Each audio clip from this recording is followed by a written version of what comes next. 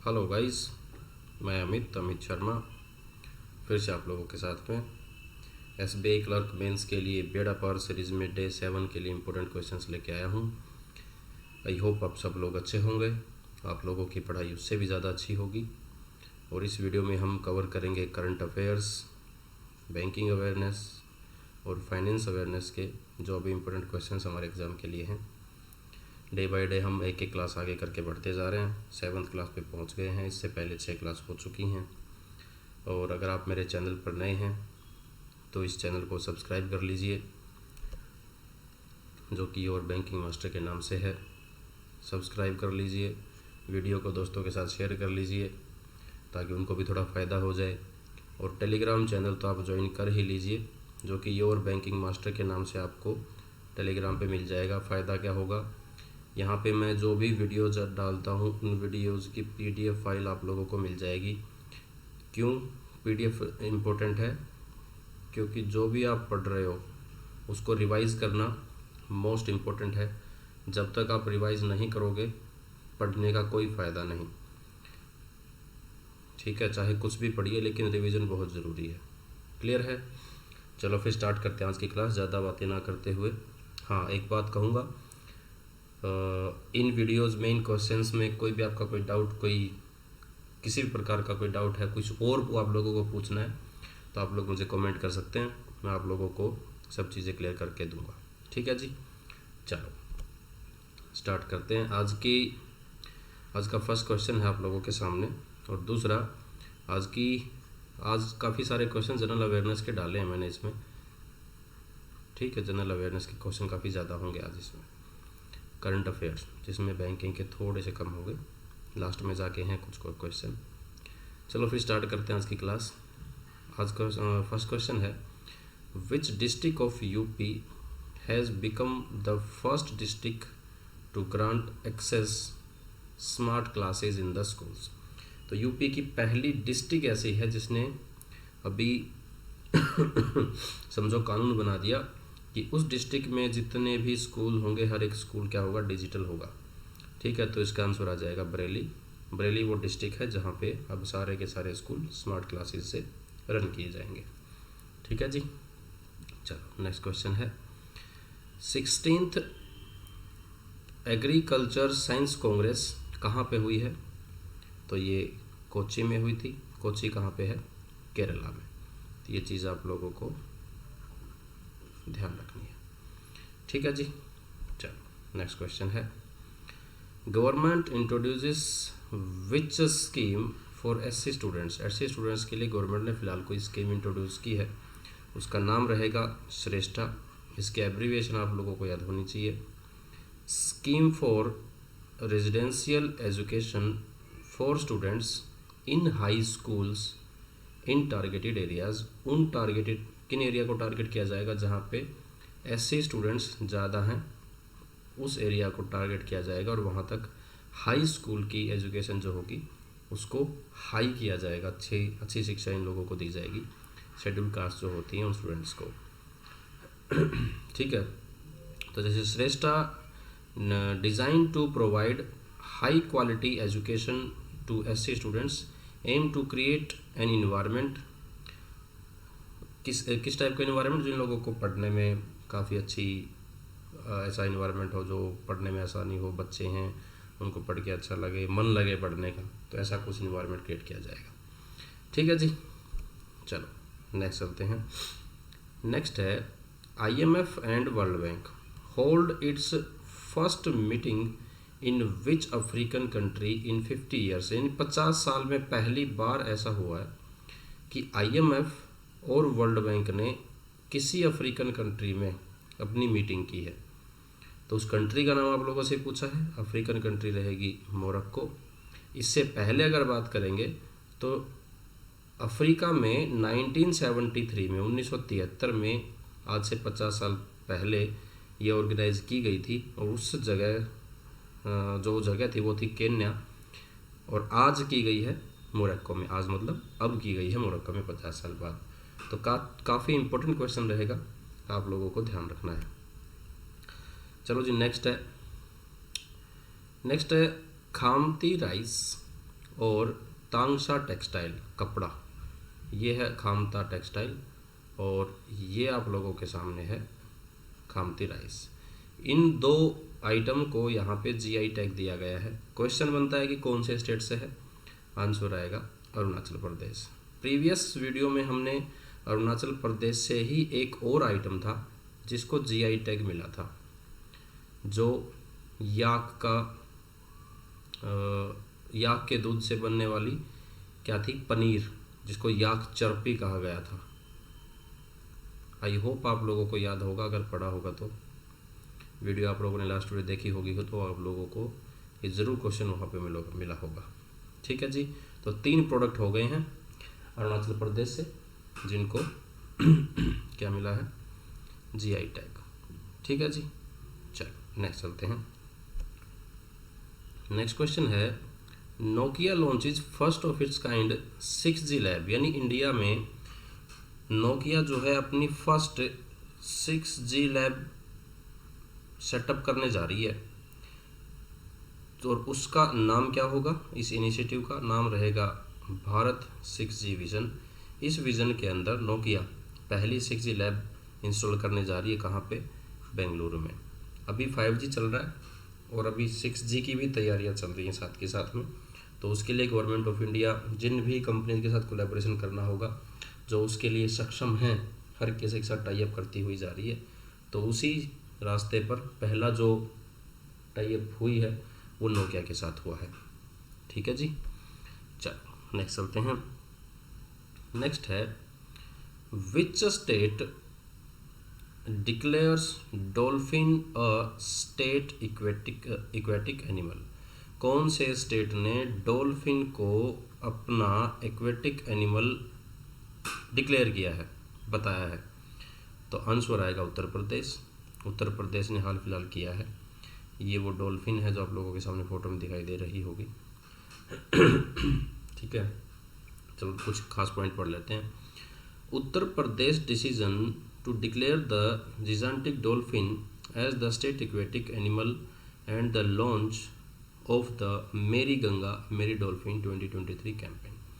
जब डॉल्फिन को state animal declare किया गया था तो उसके लिए कैंपेन चलाया गया था। कैंपेन का नाम आप लोगों से पूछा जा सकता है, याद रखना है। कैंपेन का नाम रहेगा मेरी गंगा मेरी डॉल्फिन 2023।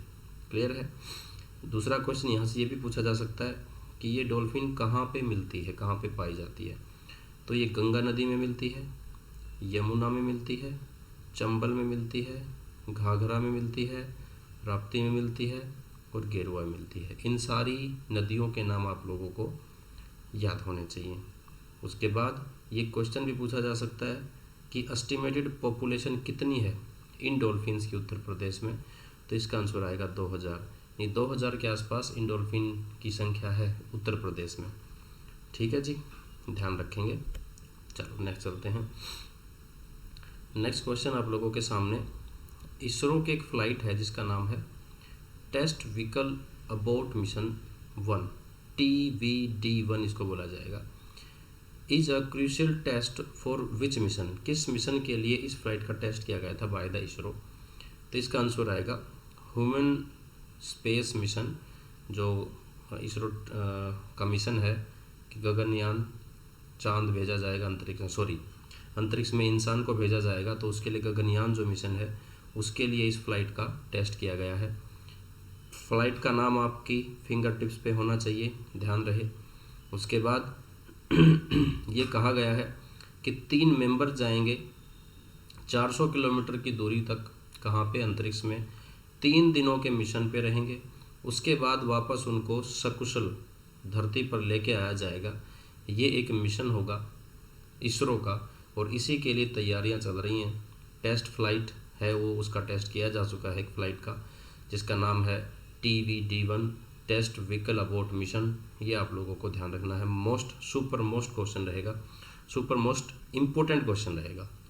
ठीक है जी, चलो नेक्स्ट क्वेश्चन है, नोबेल प्राइज़ किस में, इकोनॉमिक साइंसेज में किसको मिला है? तो ये मिला है क्लाउडिया डेल गोल्डिन को। ये आप लोगों के सामने वो लेडी हैं जिनको मिला है। ये अमेरिकन इकोनॉमिस्ट हैं, ये भी आप लोगों को ध्यान रखना है। ऐसा क्वेश्चन भी अगला एग्ज़ाम में पहले पूछा जा चुका है कि कौन से देश से हैं, कौन सा साइंटिस्ट कौन से देश से है जिसको कोई नोबेल प्राइज़ मिला है। बहुत बार एग्ज़ाम में इस टाइप से भी क्वेश्चन पूछा जा चुका है, तो आप लोगों को ध्यान रखना है। नेक्स्ट चलते हैं। नेक्स्ट क्वेश्चन है, रूरल इलेक्ट्रिफिकेशन कॉरपोरेशन लिमिटेड, जिसको REC कहते हैं, क्या कहेंगे, REC, launched which mobile app for 54 EC bonds. REC को पैसे की ज़रूरत थी, पैसे की ज़रूरत को फुलफ़िल करने के लिए उसने बॉन्ड्स इशू किए। उन बॉन्ड्स का नाम था 54 EC। इन बॉन्ड्स में इन्वेस्ट करने वाले जो भी इन्वेस्टर हैं, उस बॉन्ड्स पे अमाउंट जो इन्वेस्ट की गई है उसको ट्रैक करने के लिए एक मोबाइल ऐप लॉन्च की गई है कस्टमर्स के लिए। उस मोबाइल ऐप का नाम आप लोगों से पूछा है, ऐप का नाम आ जाएगा सुगम REC। क्लियर है, ध्यान रखना है। REC जो है वो इंडिया की महारत्न कंपनी है, ये भी ध्यान रखना है। और नेक्स्ट पॉइंट जो आप लोगों के सामने लिखा है ये वही चीज़ है कि किस पर्पज़ के लिए लॉन्च की गई है। Sugam REC offers the ability to view complete details of their investment, जो REC बॉन्ड्स में की गई है, 54 EC बॉन्ड्स में की गई है। जैसे इन्वेस्टमेंट अमाउंट कितनी है, उस पर क्या इंटरेस्ट मिल रहा है, कितना ऐड हो चुका है, या फिर मेच्योरिटी डेट कहाँ तक कब तक है। ठीक है जी, ये चीज़ सब आप लोगों को ध्यान रखनी है। चलो नेक्स्ट चलते हैं। नेक्स्ट है, who is the author of the book title, जिसका नाम है the book of life my dance with Buddha for success. इस बुक के राइटर कौन है, आप लोगों से पूछा है। तो बुक के राइटर हैं मिस्टर विवेक अग्निहोत्री, और ये हैं मिस्टर विवेक अग्निहोत्री, आप लोगों को ध्यान रखना है। और विवेक अग्निहोत्री कौन है, ये वो इंसान है जिन्होंने कश्मीर फाइल मूवी को डायरेक्ट किया था। और इनकी नई मूवी जो आई थी अभी हाल फिलहाल, वो आई थी द वैक्सीन वॉर, में भी आप लोगों ने देखी होगी, जिसमें अनुपम खेर हैं। ठीक है, और उसके बाद एक डॉक्टर बलराम भार्गव हैं, he is the writer of the book on the movie based. कौन सी मूवी, सॉरी एक सेकंड, जो वैक्सीन वॉर मूवी है, द वैक्सीन वॉर, इस मूवी के राइटर हैं डॉक्टर बलराम भार्गव, ये आप लोगों को ध्यान रखना है। ठीक है जी। दूसरा, इस बुक की अगर बात करेंगे तो बुक का नाम क्या है, going viral making of Covaxin the inside story. तो ये हो गई है बुक आप लोगों के सामने, फर्स्ट पॉइंट जहाँ पे डाल रहा हूँ मैं। ये इस बुक के राइटर हो गए हैं, जो सेकंड पॉइंट डाल रहा हूँ। इस बुक के ऊपर बनी मूवी कौन सी है, थर्ड पॉइंट डाल रहा हूँ। आप लोगों को ध्यान रखना है। क्लियर है, चलो नेक्स्ट चलते हैं। इसी के साथ में कुछ और बुक्स थी जो हाल फिलहाल रिलीज़ हुई थी, जिनमें फर्स्ट है the day one become a runner, writer कौन है, S चट्टोपाध्याय। सेकंड है tales from the home of veggies and pickles, V Raghavan है। उसके बाद है the autobiography of god, Leena Kumar. उसके बाद the fire on Ganges, life among the dead in Banaras, ये है राधिका अयंगकर। ये बुक हम पहले पढ़ चुके हैं। ये बुक बेसिकली किसके ऊपर थी, बनारस में एक स्पेशल कोई कम्युनिटी थी जिसके ऊपर वहाँ पे काफ़ी अत्याचार हुए थे, उनके ऊपर ये बुक लिखी गई थी। दूसरा, Irfan a life in movies, ये हैं शुभ्रा गुप्ता। तो ये 5 बुक भी आप लोगों को इसके साथ में याद रखनी है, काफ़ी इंपॉर्टेंट रहेंगी। स्टैटिक में एक क्वेश्चन, जितना भी सेक्शन पोर्शन जो होता है स्टैटिक का, उसमें एक क्वेश्चन बुक्स एंड राइटर से भी बनता है। ठीक है जी, चलो नेक्स्ट क्वेश्चन है, which PSU become the only Indian PSU to feature on Forbes World's best employ 2023 list. Forbes की एक लिस्ट आती है जो कि बेस्ट एम्प्लॉयर्स के लिए होती है, तो उस लिस्ट में इंडिया की कौन एक कंपनी है, मात्र एक कंपनी है जो कि टॉप 100 लिस्ट में आई है। तो इसका नाम रहेगा NTPC, national thermal power corporation of India. ये इसका हेडक्वार्टर कहाँ पे है? न्यू दिल्ली में है। तो ये एकमात्र ऐसी एंटिटी है इंडिया से जो कि फोर्ब्स की वर्ल्ड्स बेस्ट एम्प्लॉयर्स 2023 की लिस्ट में शामिल है। इसके अलावा इंडिया की कोई भी कंपनी नहीं आती है। ठीक है जी, चलो नेक्स्ट चलते हैं। नेक्स्ट क्वेश्चन है India's rank on global hunger index 2023। Global hunger index 2023 में इंडिया का कौन सा रैंक है? तो 2023 में आएगा 111। कितनी कंट्रीज़ में से है? 125 कंट्रीज़ में है। और 2022 में इंडिया का कौन सा स्थान था? 107वां स्थान था। अब ये मैंने पिछले साल का क्यों बताया? क्योंकि ऐसा भी हुआ है बहुत बार, इस टाइप के जो इंडेक्स होते हैं उनमें से जो करंट ईयर चल रहा है उससे ना पूछ के पीछे वाले साल में से पूछा जाता है कि कौन सा रैंक था। तो ये भी आप लोगों को इसके साथ में ध्यान रखना है। ठीक है जी, चलो नेक्स्ट है। नेक्स्ट आप लोगों के सामने है नीलगिरी ताहर। नीलगिरी ताहर एक एनिमल है। क्वेश्चन यहाँ से ये बनता है कि कौन से स्टेट से है? ये रहेगा तमिलनाडु से। तमिलनाडु का ये एक स्टेट एनिमल है। ये न्यूज़ में क्यों है? क्योंकि ये जो नीलगिरी ताहर ये पशु है, एनिमल है, ये खो जाने वाला धरती के ऊपर से है। कुछ दिनों में ये ऐसा लग रहा है कि लोग इसको जैसे मार के खा रहे हैं या कुछ ऐसा मर रहे हैं, इनके लिए इन्वायरमेंट सही नहीं है, गायब हो जाएगा धरती से। तो वहाँ से एक उन्होंने स्पेशल प्रोजेक्ट इसके लिए स्टार्ट किया था, तेलंगाना गवर्नमेंट ने। इस करके न्यूज़ में है, ध्यान रखना है, इम्पोर्टेंट क्वेश्चन रहेगा। चलो जी नेक्स्ट है। नेक्स्ट क्वेश्चन आप लोगों के सामने अक्षरधाम जो कि दिल्ली में है। लेकिन ये दिल्ली में नहीं है जो हमको क्वेश्चन पढ़ने जा रहे हैं। Akshardham a Hindu temple which is touted as the second largest temple globally. Akshardham को ये माना गया है कि वो सेकंड लार्जेस्ट टेम्पल है कहाँ पे? ग्लोबली, इस धरती पे सबसे बड़ा दूसरा टेम्पल है। ठीक है, उसके बाद में इसी के बारे में दूसरा है कि and the largest one in the western hemisphere. जो हमारी धरती है उसका जो वेस्टर्न हिस्सा है उस हिस्से में वो सबसे बड़ा है। अगर ग्लोबली बात करेंगे, समझो ये ग्लोब है, इसका ये हिस्सा है वेस्टर्न। इस वेस्टर्न की बात करेंगे तो यहाँ पे ये है फर्स्ट, और इस पूरे ग्लोब की बात करेंगे तो ग्लोब के ऊपर है ये सेकंड। क्लियर ही ऐसा क्वेश्चन बनता है। तो आप लोगों से ये पूछा गया है कि फ़िलहाल में ऐसा अक्षरधाम का जो टेम्पल है सेकंड लार्जेस्ट है ग्लोबली, वो कहाँ पे बनाया गया है, इनैगोरेट हुआ है? तो ये यूएसए में न्यू जर्सी एक जगह है, वहाँ पे बनाया गया है। इसका फ़ोटो ये रहा आप लोगों के सामने। ठीक है, चलो दूसरा पॉइंट पढ़ते हैं। इसके बारे में खास पॉइंट, ये कितने एरिया में फैला हुआ है? तो ये 185 एकड़ के एरिया में फैला हुआ है। Akshardham temple in Robbinsville city, New Jersey में रॉबिन्सविली जगह वहाँ पे है। कितनी हाइट पे है ये? 191 फीट की हाइट पे है। ये भी पॉइंट आप लोगों को ध्यान रखना है। चलो ये दूसरा हो गया ग्लोबली, लेकिन फर्स्ट की अगर बात करेंगे तो फर्स्ट आ जाएगा अंकोर वाट टेम्पल। कहाँ पे है? कंबोडिया में है। अंकोर वाट टेम्पल जो है वो भी हिंदुइज्म का सबसे बड़े मंदिर माने जाते हैं। अंकोर वाट टेम्पल कहाँ पे है? कंबोडिया में है। कहाँ पे है? जस्ट अ सेकेंड, मैं इसको थोड़ा सा गैप करके लिख के देता हूँ। अंकोर वाट टेम्पल कहाँ पे है? कंबोडिया में है। कौन से? Angkor Wat. ये आप लोगों को ध्यान रखना है। वर्ल्ड के ऊपर फर्स्ट कौन से हो गए सबसे ज़्यादा?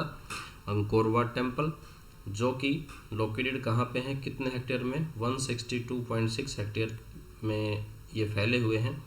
तो काफ़ी इम्पोर्टेंट क्वेश्चन रहेगा। फिर से मैं एक बार इसको क्लियर करके आप लोगों के लिए पॉइंट बना देता हूँ जो भी आप लोगों को ध्यान रखने हैं। ठीक है, देखो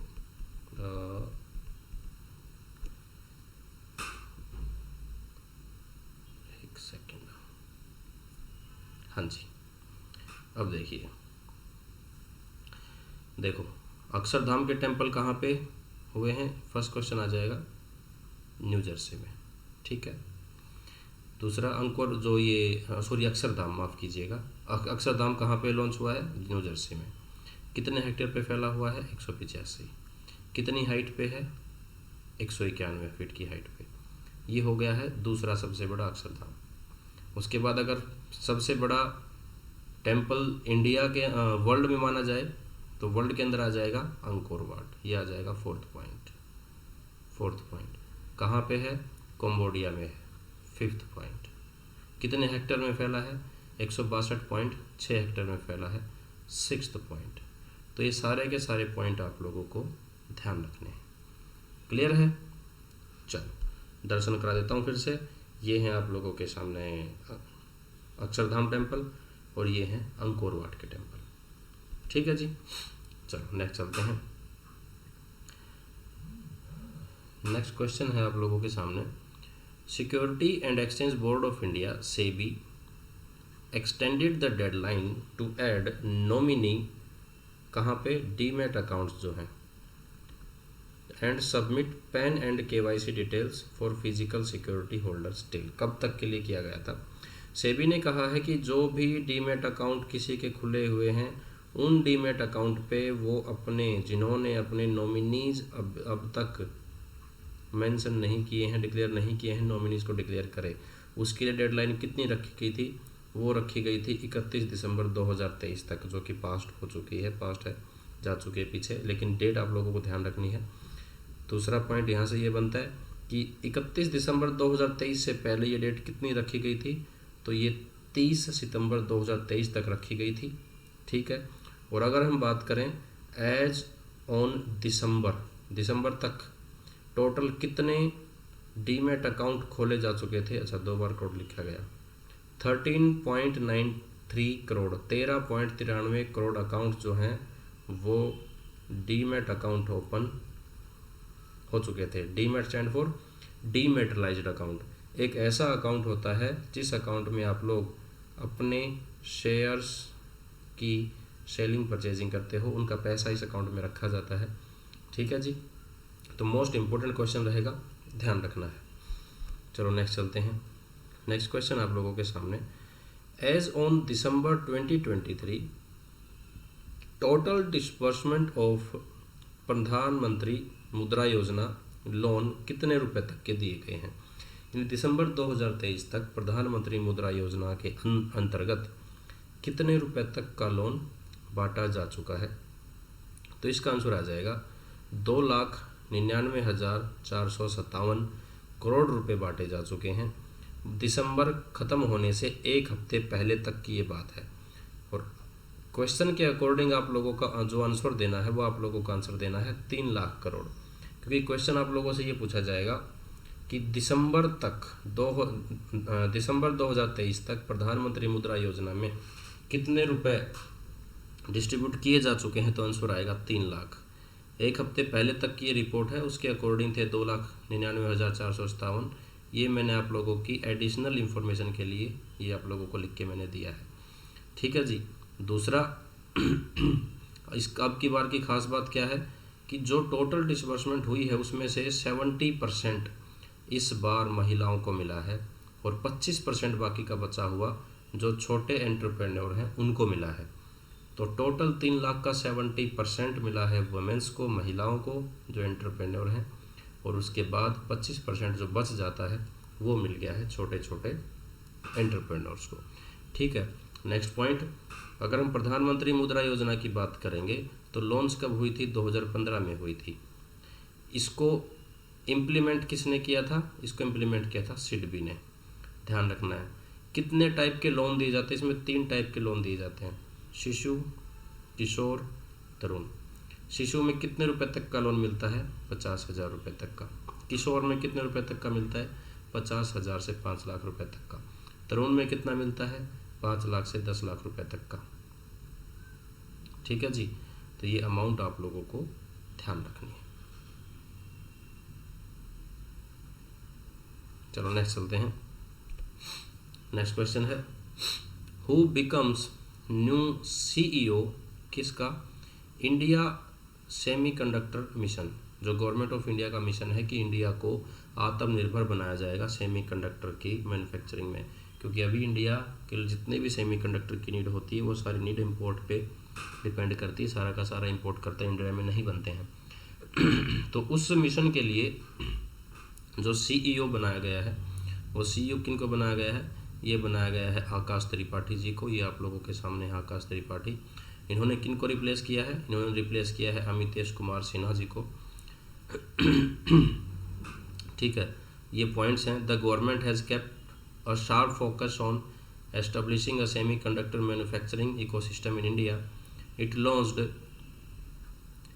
the Indian semiconductor mission in December 2023। ये पॉइंट आप लोगों को याद रखना है कि ये मिशन कब लॉन्च हुआ था इंडिया के अंदर? दिसंबर 2021 में। इसके लिए टोटल कितने रुपए की फंडिंग हुई थी? तो ये हुई थी 76,000 करोड़ रुपए की। ये डेटा आप लोगों को याद होना चाहिए। स्टैटिक डेटा के अंदर अमाउंट बहुत बार एग्जाम में पूछी जाती है। ठीक है जी, ध्यान रखना है, मोस्ट इंपॉर्टेंट क्वेश्चन रहेगा। चलो नेक्स्ट चलते हैं। नेक्स्ट है विच पेमेंट बैंक है tied up with SIDBI. SIDBI के साथ टाई अप किया है to accelerate formal financial services, यानी जो फाइनेंशियल सर्विसेज हैं, इनिशियल सर्विस जिनको बोलते हैं, वो रूरल एरिया तक पहुँचे। छोटे छोटे जो स्मॉलर कंपनीज हैं उन सब तक लोन की फैसिलिटी जैसे फाइनेंशियल सर्विसेज पहुंच सकें। तो उसके लिए कौन से बैंक ने सिडबी के साथ टाई अप किया है? आंसर आ जाएगा इंडिया पोस्ट बैंक ने टाई अप किया है। इसमें एमएसएमईज के लिए लोन वगैरह की फैसिलिटी है, तो लोन उनको टाइमली मिल सके, रिमोट एरिया जितने भी हैं हर एक एरिया तक ये सर्विसेज पहुँच सकें, इसके लिए टाई अप हुआ है इंडिया पोस्ट पेमेंट बैंक के साथ में और सिडबी के साथ में।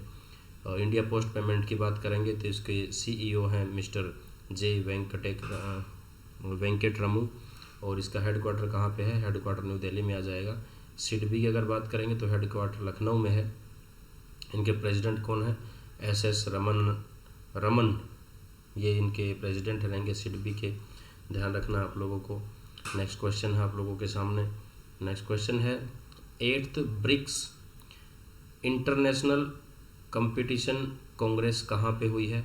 ब्रिक्स इंटरनेशनल कंपटीशन कांग्रेस कहाँ पे हुई है? तो ये नई दिल्ली में हुई थी। इस बार की थीम क्या थी? थीम रहेगी new issues in competition law and policy, dimensions, perspective and challenges. Themes बहुत बार एग्जाम में पूछी जाती हैं डायरेक्टली, आप लोगों को याद होनी चाहिए। और उसके बाद अगर हम बात करेंगे इंडिया का जो कंपटीशन कमीशन है, कंपटीशन कमीशन ऑफ इंडिया जो है, उसके चेयरमैन कौन है आप लोगों से ये पूछा है। तो इसका आंसर आप लोगों को देना है रवनीत कौर। ठीक है जी, चलो नेक्स्ट चलते हैं। नेक्स्ट क्वेश्चन है Kerala's first 3D printed building, जो कि तिरुवनंतपुरम में बनाई गई है। 3D प्रिंटेड क्या होती है? इसमें ईंट नहीं होती हैं, मजदूर जैसे मकान बनाते वैसा नहीं होता है। इसके लिए एक मशीन होती है। मशीन अगर आप लोगों ने देखा होगा तो जो प्रिंटिंग मशीन होती हैं, बड़ी बड़ी प्रिंटिंग मशीन अगर आप लोगों ने कोई देखी है तो उसी टाइप से प्रिंटिंग मशीन काम करती हैं, और वो सारी की सारी क्या होती हैं? वो रोबोटिक होती हैं। रोबोट वहाँ पे काम करता है और किसी भी बिल्डिंग को बनाने का वो काम करेगा। तो इस टाइप की जो बिल्डिंग बनती हैं उनको 3D प्रिंटेड बिल्डिंग कहते हैं। तो केरला की जो फर्स्ट 3D बिल्डिंग है वो तिरुवनंतपुरम में बनाई गई। उस बिल्डिंग का नाम आप लोगों से पूछा है, नाम आएगा अमेज 28। ठीक है जी, दिखने में ये बिल्डिंग किस टाइप की है आप लोगों के सामने फोटो में आप लोग देख सकते हो। ठीक है, चलो नेक्स्ट चलते हैं। नेक्स्ट है India has launched which operation to evacuate Indian nations from Israel Hamas conflict zone. Israel और हमास का जो युद्ध हुआ है वहाँ से इंडियंस जो फंसे हुए थे उनको निकालने के लिए इंडियन गवर्नमेंट ने कौन सा कैंपेन लॉन्च किया था, कौन सा मिशन लॉन्च किया था, कौन सा ऑपरेशन लॉन्च किया था आप लोगों से पूछा है। तो उस ऑपरेशन का नाम आ जाएगा ऑपरेशन अजय। और उससे पहले जो यूक्रेन के साथ युद्ध हुआ था, किसका हुआ था बता सकते हो? रशिया का। वहाँ से जब रेस्क्यू किए गए थे तो उसके लिए कौन सा ऑपरेशन चलाया गया था? ऑपरेशन गंगा। दोनों ऑपरेशन आप लोगों को याद रखने हैं। ठीक है जी, चलो नेक्स्ट चलते हैं। नेक्स्ट है government approved establishment of which autonomous body. एक बॉडी बनाई गई है किसके लिए? Development of youth. यूथ जो हैं हमारे इंडिया के, उनको डेवलप करने के लिए, स्किल्ड डेवलप करने के लिए एक ऑपरेशन, एक मिशन लॉन्च किया गया। उस मिशन का नाम आप लोगों से पूछा है। मिशन का नाम आएगा मेरा युवा भारत, मेरा युवा भारत या माई भारत, इसका नाम रहेगा। ठीक है जी। इसका प्राइमरी ऑब्जेक्टिव क्या है? The primary objective of Mera Yuva Bharat is to make a whole government platform for the development of youth. Youth की डेवलपमेंट के लिए रहेगा। ध्यान, अब यहाँ से नेक्स्ट जो इम्पोर्टेंट क्वेश्चन बनेगा कि कितने साल के युवा इसमें शामिल किए जाएंगे, तो इसका आंसर आ जाएगा 18 से 29 साल के। 18 से 29 साल के जो युवा होंगे उनके लिए ये स्कीम है, उन युवाओं के लिए ये स्कीम काम करेगी। और ये स्कीम लॉन्च कब हुई थी? तो ये नेशनल यूनिटी डे, जो हमारे लौह पुरुष थे सरदार वल्लभ भाई पटेल, उनकी जो एनिवर्सरी थी, बर्थ एनिवर्सरी, उस टाइम पे इसको मिशन को लॉन्च किया गया था। और ये कब लॉन्च किया था, कब होती है? तो 31 अक्टूबर 2023 को ये लॉन्च की गई थी। ठीक है जी। चलो नेक्स्ट क्वेश्चन पे चलते हैं। नेक्स्ट क्वेश्चन है, recently in which country 8 foot का एक टॉल स्टैचू किसका? महात्मा गांधी जी का लॉन्च किया गया है। कहाँ पे अनवेल हुआ है? तो ये साउथ अफ्रीका में हुआ है। ये इस टाइप का है जो आप लोगों के सामने लिखा है। ठीक है जी, ध्यान रखना है। चलो नेक्स्ट चलते हैं। Reserve Bank of India has imposed a 5.39 crore monetary penalty किसके ऊपर? पेटीएम पेमेंट बैंक के ऊपर। किसके लिए? Non compliance with the direction relating to the know your customer. यानी पेटीएम ने केवाईसी की कुछ कंडीशंस को, कुछ रूल्स को फॉलो नहीं किया था, जिसकी वजह से आरबीआई ने उसके ऊपर पेनल्टी लगा दी 5.39 करोड़ रुपए की। ये तो हो गया थोड़ा सा पुराना क्वेश्चन। अब यहाँ से दूसरा क्वेश्चन आप लोगों के लिए ये बन सकता है कि ये जो पेनल्टी लगी है वो कौन से सेक्शन में या कौन से एक्ट में डिफाइन की गई है? तो उसके लिए आप लोगों को ध्यान रखना होगा। सुपर मोस्ट इंपॉर्टेंट क्वेश्चन रहेगा। सेक्शन, पहले सेक्शन, 2 सेक्शन को फॉलो करके पेनल्टी लगती है। फर्स्ट आ जाएगा section 47A of sub section 1C। उसके बाद सेक्शन 46 के सब सेक्शन 4 और आई के अंदर कौन से एक्ट को फॉलो करके बनता है? Banking regulation act 1949, BR act भी बोलते हैं। BR एक्ट 1949 के सेक्शन 47(1)C, उसके बाद सेक्शन 46(4)I के अंदर इन दोनों को मेंशन किया गया है। क्लियर है? अब आ जाओ करंट के ऊपर। आप लोगों को आइडिया है पूरा आई एम श्योर। आरबीआई ने पेटीएम को बोला है कि पेटीएम अपनी सर्विसेज को बंद करेगा। कब तक? कब के बाद? 29 फरवरी 2024 के बाद में काम नहीं कर पाएगा। चलो पढ़ लेते हैं उस टाइप की बातें। Reserve Bank of India has imposed restrictions on Paytm payment bank and barred the entity from offering incremental banking services effective from March 2024। यानी उसको बार कर दिया है, कोई भी बैंकिंग सर्विस वो नहीं दे पाएगा। कब से? मार्च 2024। मार्च 2024 से और कब तक वो सर्विस दे रहा होगा या दे सकता है? तो इसके लिए आंसर आ जाएगा 29 फरवरी। फिक्स्ड डेट आप लोगों से पूछी जाए तो आप लोगों को 29 फरवरी आंसर देना है। मंथ पूछा जाएगा तो आप लोगों को मार्च 2024 देना है। नेक्स्ट आ जाओ। The regulator had in March 2022 directed, यानी आरबीआई ने डायरेक्टेड किया था इसको, पेटीएम को बोला था, Paytm payment bank to stop onboarding new customers and appoint an IT audit firm to conduct a comprehensive system audit. इसकी जो IT सिस्टम था उसको भी अपडेट करने के लिए, उसमें कुछ गड़बड़ें थी, उन सबको अपडेट करने के लिए एक ऑडिट करने की नीड थी, जिसके लिए आरबीआई ने कहा था कि वो एक IT ऑडिट अपनी फर्म को सेटअप करे और अपना ऑडिट करवाए, अदरवाइज उसके ऊपर कुछ पेनल्टी लगेगी। तो ये 2022 यानी अभी जो गड़बड़ हुई है, पेटीएम को बंद किया गया है, ये गड़बड़ आज से नहीं, बहुत पुरानी चलती हुई आ रही है। मार्च 2022 में भी पेटीएम ने गड़बड़ की थी, उस टाइम ये सारी चीज़ें कहीं गई थी। ठीक है, नेक्स्ट देखते हैं। नेक्स्ट क्या लिखा है? नेक्स्ट लिखा है कि Paytm payment bank will not be allowed to accept deposits और अंडरटेक क्रेडिट ट्रांजैक्शंस और top up in any customer account, किसी भी टाइप का वो क्रेडिट डिपॉजिट नहीं ले सकेगा, कोई टॉप अप रिचार्ज नहीं कर सकेगा, कोई पेमेंट इंस्ट्रूमेंट रिचार्ज नहीं कर सकेगा, कोई वॉलेट नहीं कर सकेगा, फास्टैग, मतलब अब हर एक चीज़ के ऊपर रेस्ट्रिक्शंस लगेंगी। कब से? 29 फरवरी 2024 के बाद में। हाउएवर एनी इंटरेस्ट, कैशबैक और रिफंड में बी क्रेडिट एनी टाइम। इस टाइम के दौरान अगर जैसे मेरा पैसा अगर बैंक में पड़ा है तो उसमें अगर कोई कैशबैक है, कोई मुझे इंटरेस्ट मिल रहा है, कोई किसी टाइप का और क्रेडिट है तो वो मुझे मिलता रहेगा, मेरे अकाउंट में क्रेडिट हो जाएगा। अब बात यहाँ से आप लोगों को नेक्स्ट ध्यान रखनी है, ये क्वेश्चन एग्जाम में पहले पूछा जा चुका है। जब पेटीएम पेमेंट बैंक सेटअप हुआ था उस टाइम पूछा गया था कि इसकी पेरेंट कंपनी कौन सी है, पेटीएम पेमेंट बैंक की, तो आंसर आएगा 197 कम्युनिकेशन। ठीक है, आप लोगों को ध्यान रखना है। इसको लाइसेंस कब मिला था? मई 2017 के अंदर ये लाइसेंस मिला था। किसके लिए? पेटीएम पेमेंट बैंक सेटअप करने के लिए।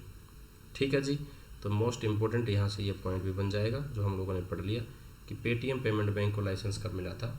मई 2017 के अंदर। चलो नेक्स्ट चलते हैं। नेक्स्ट क्वेश्चन है, India's first large private gold mine कहाँ पे है? इंडिया की पहली सबसे बड़ी private gold mine Andhra Pradesh में है। नाम क्या रहेगा? Jonnagiri gold project. Super most important question, again ध्यान रखना है। चलो नेक्स्ट चलते हैं। नेक्स्ट है, who has reclaimed the title of the richest Indian, किसको सरपास करके? गौतम अडानी को। कौन सी लिस्ट में? हुरुन इंडिया रिच लिस्ट 2023 में। आंसर आ जाएगा मुकेश अंबानी। ये लिस्ट कौन देता है? तो ये लिस्ट देता है हुरुन इंडिया एंड 360 वेल्थ। ये दो अलग अलग एंटिटी हैं जो एंटिटी ये लिस्ट को लेके आती हैं, और इसका नाम क्या रहेगा? 361 wealth Hurun India rich list 2023। ये इस पूरी लिस्ट का नाम रहेगा, इस इंडेक्स का नाम रहेगा, आप ये कह सकते हैं। किसने लॉन्च किया है ये भी आप लोगों को ध्यान रखना है। ठीक है जी, चलो नेक्स्ट चलते हैं। Insurance regulatory and development authority of India, जिसको IRDAI बोलते हैं, stated that it would deploy बीमा वाहक इन एवरी ग्राम पंचायत। बीमा वाहक, क्वेश्चन समझ लो पहले। बीमा वाहक जैसे एजेंट समझो आप। एजेंट जो होते हैं, IRDAI ने कहा है कि हर एक ग्राम पंचायत तक इंश्योरेंस पॉलिसीज़ पहुंचाने के लिए वो अपने एजेंट्स को डिप्लॉय करेगा, जिनको नाम दे दिया गया बीमा वाहक। ठीक है, ये डेडलाइन कब की रखी गई है? 31 दिसंबर 2024 तक वो इसमें हर एक ग्राम पंचायत तक अपने बीमा वाहक को इंस्टॉल करेगा। बीमा वाहक एब्रीविएशन पूछी जा सकती है, BV। क्लियर है? The objective of this initiative remains women centric. ज़्यादा से ज़्यादा महिलाओं को इसमें इंश्योरेंस दिया जाएगा। With the aim of creating a dedicated distribution channel that ensures the availability of insurance services in every corner of India. हर एक कोने तक इंश्योरेंस सर्विस को पहुंचाने के लिए ये इनिशिएटिव IRDAI लेके आ रही है। ठीक है, चलो नेक्स्ट एंड लास्ट क्वेश्चन है आज के लिए। कौन सी यूनिवर्सिटी ने कन्फर किया है डॉक्टरेट की उपाधि से डॉक्टर समिता सुलूहू हसन को? किसके लिए? इंडिया और तंजानिया के जो रिश्ते हैं उनको सुदृढ़ करने के लिए, गहरे बनाने के लिए। तो ये चीज़ आप लोगों को क्लियर हो गई है कि ये किस स्टेट किन कंट्री के लिए दिया गया है। दूसरा आप लोगों को ध्यान रखना है कि ये जो हैं डॉक्टर सामिया सुलूहू हसन, ये फर्स्ट वुमेन प्रेसिडेंट हैं कहाँ की? तंजानिया की। इनको डॉक्टरेट की उपाधि से सम्मानित किया गया है। किसने किया है? जवाहरलाल यूनिवर्सिटी ने इनको ये अवार्ड दिया है, डॉक्टरेट की उपाधि से इनको सम्मानित किया गया है। ठीक है जी, चलो तो ये थे आज के कुछ इंपॉर्टेंट क्वेश्चन जो हम लोगों ने डिस्कस किए। आज काफ़ी मोस्टली क्वेश्चन जो थे वो जनरल अवेयरनेस के क्वेश्चंस थे। बैंकिंग का सिर्फ एक ही क्वेश्चन था, वो मैंने जानबूझ के, क्योंकि सब के शब्द हमें कवर करने होते हैं। वैसे मैं monthly day by day cover करता हुआ चल रहा हूँ, क्योंकि मेरे पास जो नोट्स मैं प्रिपेयर करता हूँ वो डे बाय डे होते हैं, एक एक दिन के नोट्स होते हैं मेरे पास, चाहे एक दिन में एक क्वेश्चन आ रहा है या चाहे 100 क्वेश्चन आ रहे हैं, सारे के सारे क्वेश्चन मेरे पास मिलते हैं। तो हम डे बाय डे कवर करते हुए चल रहे हैं। इसमें हम 6 महीने की करंट अफेयर कवर करेंगे पहले हमारे एग्ज़ाम के अकॉर्डिंग। मेरे पास 2 प्लान्स हैं, किसी स्टूडेंट ने पूछा भी था तो मैं आप लोगों को ही बता देता हूँ। 2 प्लान्स हैं। फर्स्ट मैं आप लोगों को 6 महीने की करंट अफेयर करके दूंगा, जिसमें जो मोस्ट एक्सपेक्टेड क्वेश्चंस होंगे वे कवर करेंगे हम। फिर दूसरा प्लान मेरे पास है जिसके अंदर मैं पूरा 1 साल का आप लोगों को कवर करके दूंगा, जिसके अंदर जितने भी क्वेश्चन बचेंगे, जिस क्वेश्चन के बारे में अगर 5% भी मुझे ये लगा कि ये क्वेश्चन आने के लायक है, वो क्वेश्चन मैं आप लोगों को उठा के दूंगा पढ़ने के लिए। तो आप लोग इन वीडियोज़ को रेगुलरली फॉलो करते रहें। जहाँ से आप कुछ अलग सपना भी पढ़ रहे हैं वो भी पढ़ते रहें। वहाँ से भी अगर आप लोगों का कोई डाउट रहता है, कोई क्वेश्चन रहता है, आप मुझसे पूछ सकते हैं। ठीक है, तो ये क्लासेस चलती रहेंगी, फॉलो करते रहिए। तो फिर आज के लिए मेरी साइड से बाय बोलने से पहले थैंक्स, आप लोगों ने मेरी वीडियो को देखा। आपसे रिक्वेस्ट है वीडियो को शेयर कर लीजिए अपने दोस्तों के साथ में, चैनल को सब्सक्राइब कर लीजिए, सारी की सारी वीडियोज़ आप लोगों को मिलती रहेंगी। और टेलीग्राम चैनल को तो आप ज्वाइन कर ही लीजिए, क्योंकि यहाँ से आप लोगों को सारी की सारी PDF फाइल मिलती रहेंगी। जो भी मैं पढ़ाता हूँ उसकी सारी PDF फाइल आप लोगों को मिलेगी, क्योंकि जो हम पढ़ेंगे अगर उनका हम रिवीजन नहीं करेंगे तो इन क्वेश्चंस का पढ़ने का कोई भी क्या नहीं है, फ़ायदा नहीं है भैया, आप लोगों को पढ़ना पड़ेगा। ठीक है जी, तो फिर आज के लिए मेरी साइड से इतना ही रहेगा। Thank you very much. मिलेंगे हम नेक्स्ट वीडियो में, तब तक के लिए बाय बाय।